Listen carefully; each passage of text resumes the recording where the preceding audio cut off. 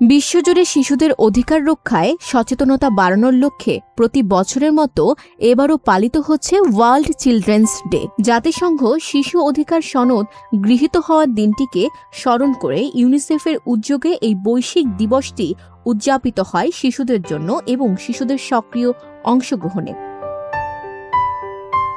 এদিন বিশ্বের বিভিন্ন প্রান্তের শিশুরা তাদের জীবন, স্বপ্ন, অনুভূতি ও অধিকার সম্পর্কে নিজেরাই উচ্চ কণ্ঠে কথা বলে। মাই ডে মাই রাইটস, আমার দিন আমার অধিকার। সূর্য ওঠার সঙ্গে সঙ্গে শিশুরা এমন এক পৃথিবীর যাত্রা শুরু করে যার অনেক সিদ্ধান্তই তাদের নিয়ন্ত্রণে থাকে না।